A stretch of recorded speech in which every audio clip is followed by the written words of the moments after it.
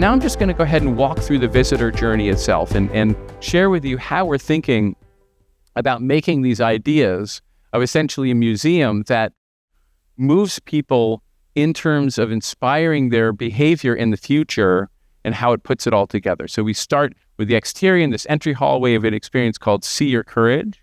Bearing Witness really sets the thesis for the entire institution itself. We have the Rethink Gallery, which is the sort of cognitive brain of the institution, and then you move into the heart of the institution called Empathy Mirrors. And then we put it all together in this place called Change is Real, all the way to Activating Courage, which people have as a landing and then a springboard on their way out before they leave.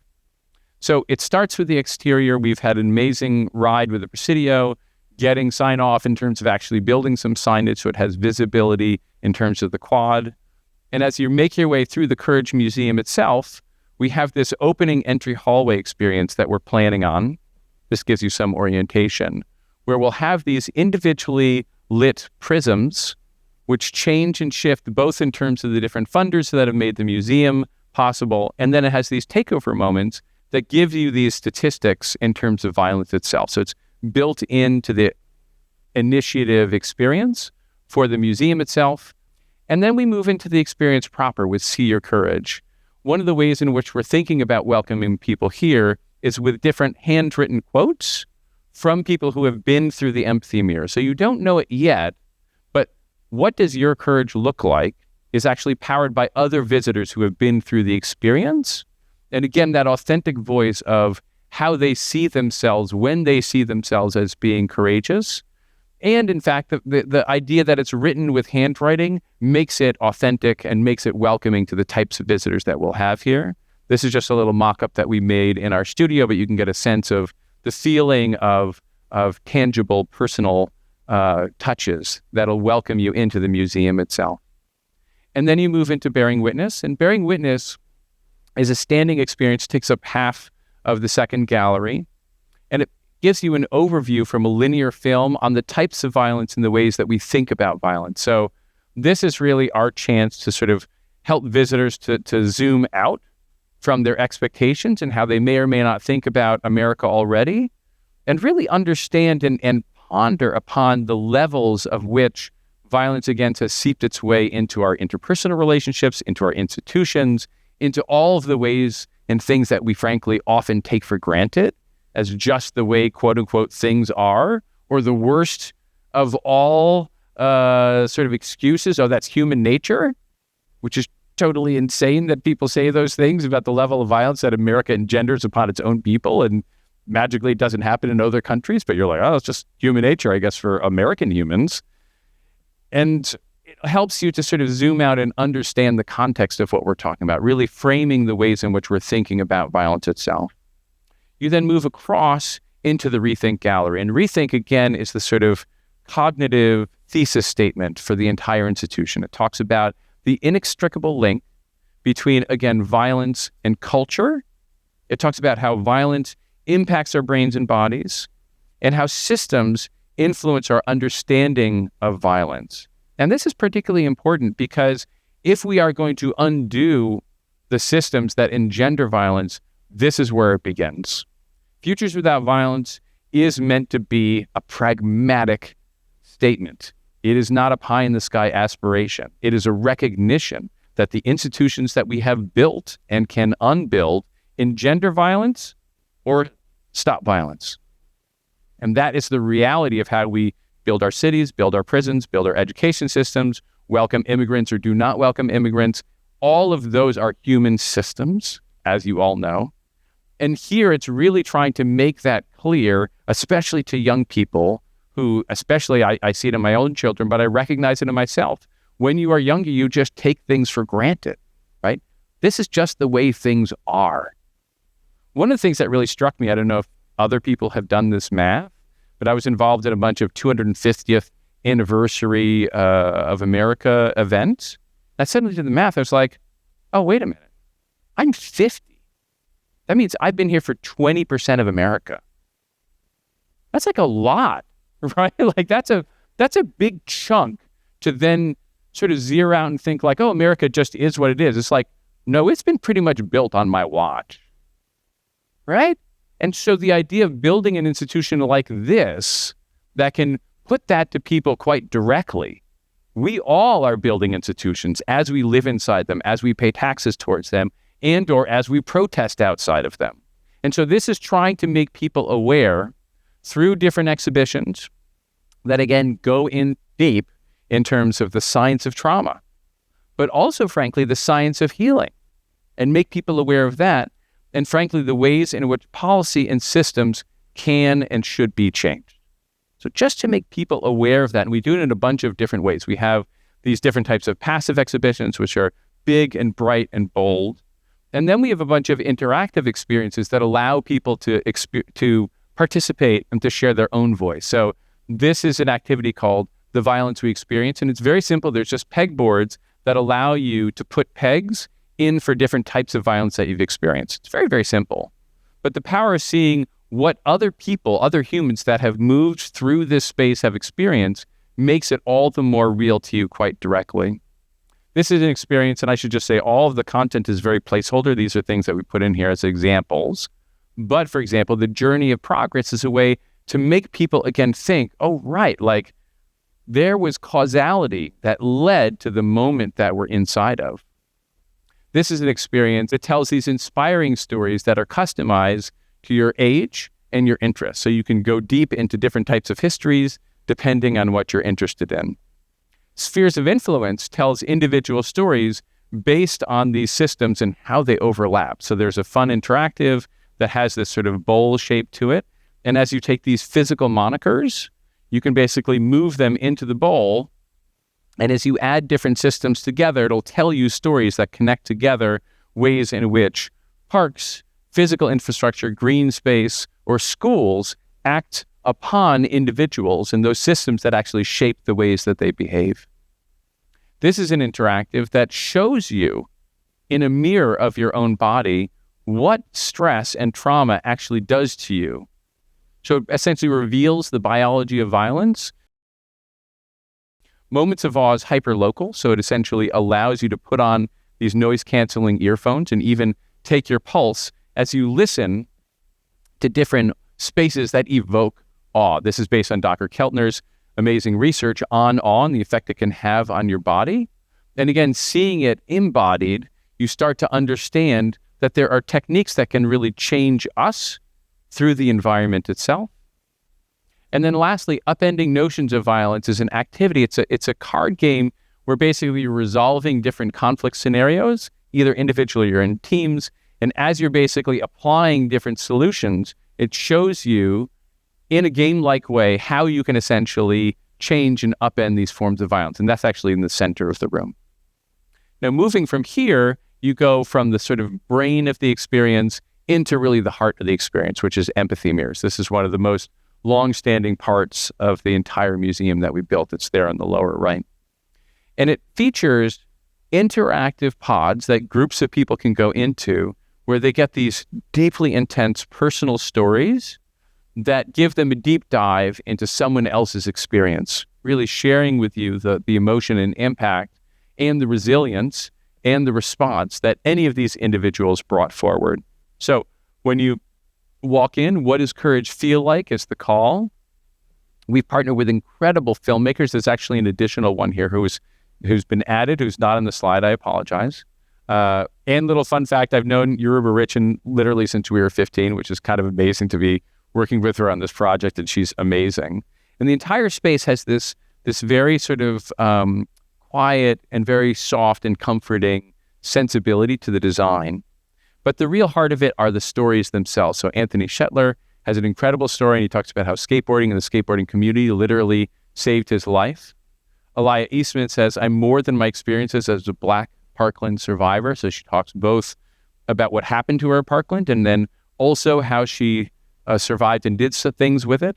Chanel Miller, who's infamous at this point, certainly to this community, my power is the ability to keep telling my story and to remain open to all of these feelings because none of them are wrong and none of them should be felt privately. Aswa Timus has an incredible story about violence that was unfortunately inflicted on him, and he talks about how individuals that look just like me, the ones most harmed by violence, We are often the least supported by the justice system.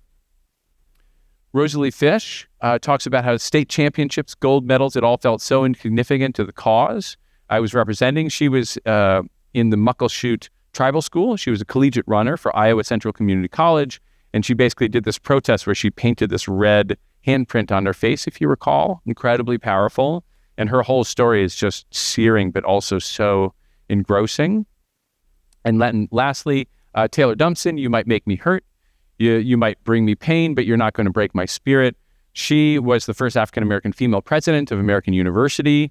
Unfortunately, the day after she was elected, she woke up on campus to frank forms of vandalism, including bananas and a noose that had been hung up, right? So these are the real lived experiences and the responses of these individuals. And again, because you're in this quiet, secluded space, directly one-to-one, and they appear in full scale, you really get to be inside of their presence. I'm going to go ahead and play about half of one of the stories that you'd hear inside of Empathy Mirrors itself.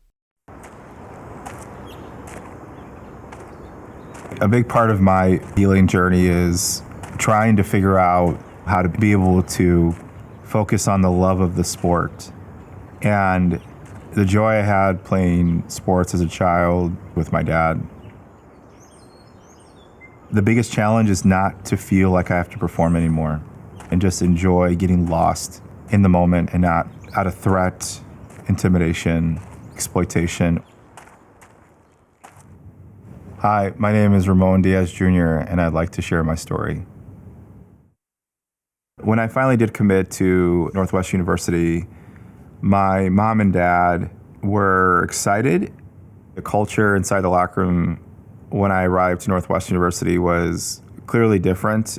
The language, the way we were treated versus some of the white players started to show up. Our new coach said something like, "Hey, Ramon, you might have grown up on dirt floors, but here we try to keep the floors clean." It seemed now like the hazing was being condoned by this individual alongside other coaches, and I experienced it firsthand. And so through Empathy Mirrors, you really get this sense, again, of lived experience. But whether it's his story or Chanel Miller, you really get this unbelievable sense of resilience, of response, and yes, of courage. And humans, as you know, are really mirror creatures. We really like to iterate and to emulate those that we see and those that we come into contact with. And so after leaving Empathy Mirrors, we have two activities. One, the grounding yourself activity, which is really about a deep breath and sort of reassembling yourself after a very intense experience. I should say we have a journaling activity that we're talking about taking place inside of the Empathy Mirrors itself, where again, you write these messages, maybe about your own courage, maybe about your own trauma. And there are ways to do that in that I think should be anonymous and not be tracked and just be a space for you to just put it into the museum and to leave it there. But some of those messages of courage then go back to that opening experience. So you're seeing other visitors' messages. And then the last thing you see inside this gallery, we call the Courage in Action activity. And this really sets you up for the next gallery, which I'll go through. So again, we have a huge range of different interactive experiences, as well as these larger top-down cognitive pieces of exhibition that really fill out this full gallery itself. And then second to last, our gallery is Change is Real.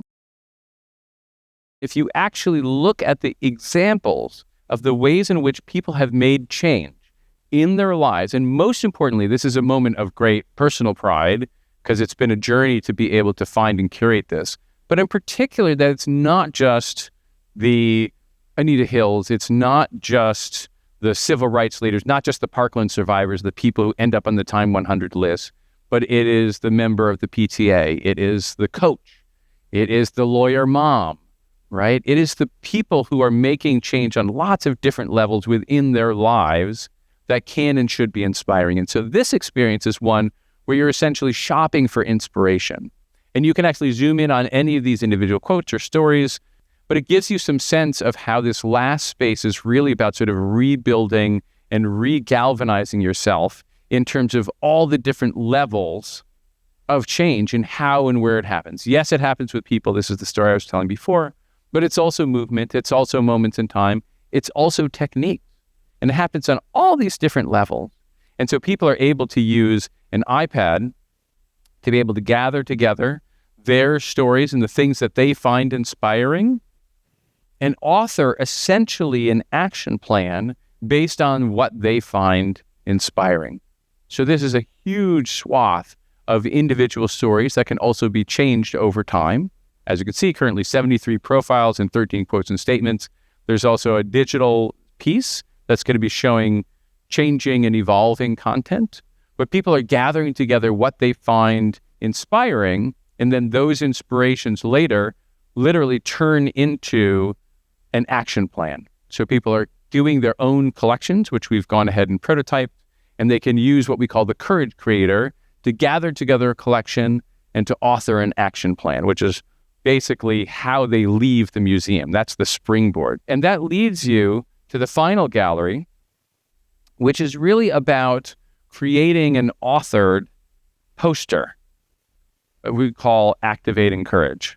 And so in this case, they can both have that final moment where they've worked with the Courage Creator and they leave with an action plan. These are the individual things you can do. This is how you feel inspired.